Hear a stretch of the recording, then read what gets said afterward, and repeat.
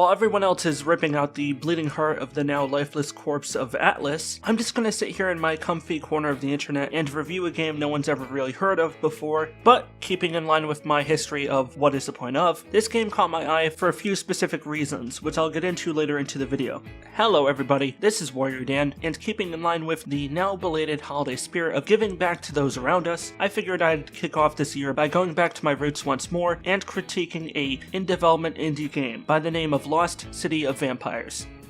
Lost City of Vampires is an upcoming single-player action game that will soon be debuting on the Steam Early Access program sometime during Q1 2019. For the sake of full disclosure, I was privately contacted by the game's developer, who inquired whether I would be willing to do a video on the game and provide some initial feedback. After an extended back and forth email exchange, in order to get some additional information, I agreed, and so here we are. So, let's be like Baldy and get down to basics. Today we're going to answer the fundamental question, what is the point of Lost City of Vampires?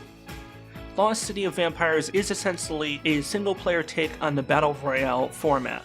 Battle Royale has long been associated with the online PvP free-for-all gameplay format. However, as Lost City of Vampires is attempting to prove, Battle Royale can be adapted into other forms, in this case pitting the player in an open world with 99 AI players.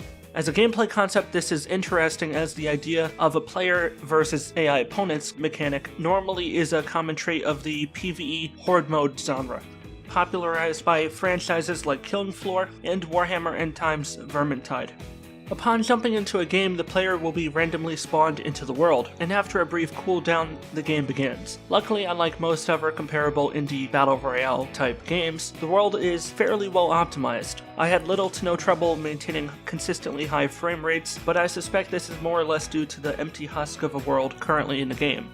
As more buildings, structures, and other static objects are added into the game, the more the game may rely on GPU and CPU usage, and thus the need for increased optimization will likely become more apparent. Now, I'm not really bothered by how empty the world is at the moment. As an in-development build, I would be surprised if the game was mostly complete in terms of developing all the necessary models and animations required for the public release. However, at launch, I would hope that the amount of empty fields is somewhat reduced, in lieu of adding new visually and mechanically unique locations to the game. This is something that games like Fortnite have handled really well over time, adding distinct locations to the map that each offer the players a slightly different gameplay experience. The biggest problem with the current open, fairly blank level layout is that once the first few minutes have passed and the player has killed 10 or 20 of the 98 AI players in the game shifts into becoming a tedious, relentless grind, as the player attempts to track down the remaining AI player majority.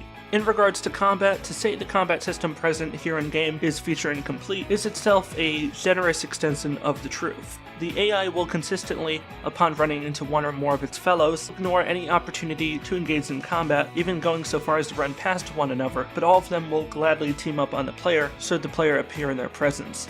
This bug or gameplay choice results in almost every single game, in turn resulting in the player's loss, or at the very least will result in the player potentially running around the map for over an hour in order to track down and kill every single enemy on the map. One lesser but likewise gameplay affecting bug is that the crosshairs on the screen do not accurately represent the directions of the bullets from your gun, even after factoring in the potential inclusion of weapons spread. Like most other Battle Royale games, the player can find weapons, ammo, and supplies randomly made available in specific locations, often inside buildings or other sheltered structures.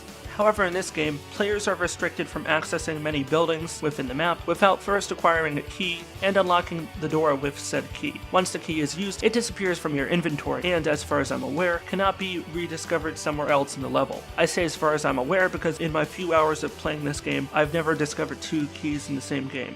Now, this concept of trading a disposable unlock device after breaking open a door is not a new one. Many stealth games have employed similar gameplay mechanics, like lockpicking, where a player sacrifices a valuable tool in exchange for the possibility of unlocking a useful or rewarding item. But here, combining the low reward items such as a few secondary weapons and other supplies such as ammo and health alongside the high cost of sacrificing your one key, you never get that innate sense of satisfaction at presumably obtaining a virtual reward. Overall, Lost City of Vampires holds the potential for being an interesting experiment within the larger Battle Royale genre. I do think there is room in the market for a single player multiplayer or even a private co-op multiplayer adaptation of the mode, infusing classic battle royale mechanics with the steady predictable rush of a horde mode gameplay structure.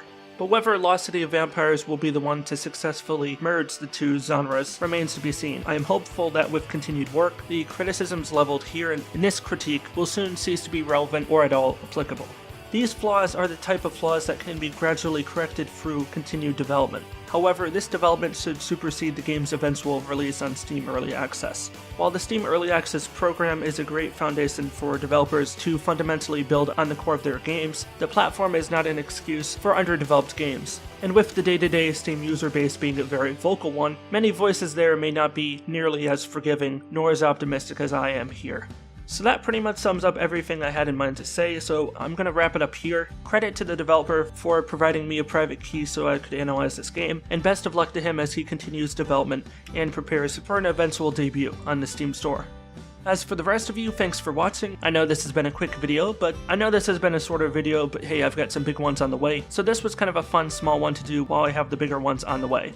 If you enjoyed this video, I'd appreciate it if you hit that like button, and for those of you that are new here, definitely go subscribe and opt into getting notifications. I upload new review videos usually twice a week, with the occasional third video every so often, so you'll certainly find no shortage of new content from me anytime soon. This has been WarriorDan. Stay awesome everybody, and peace out.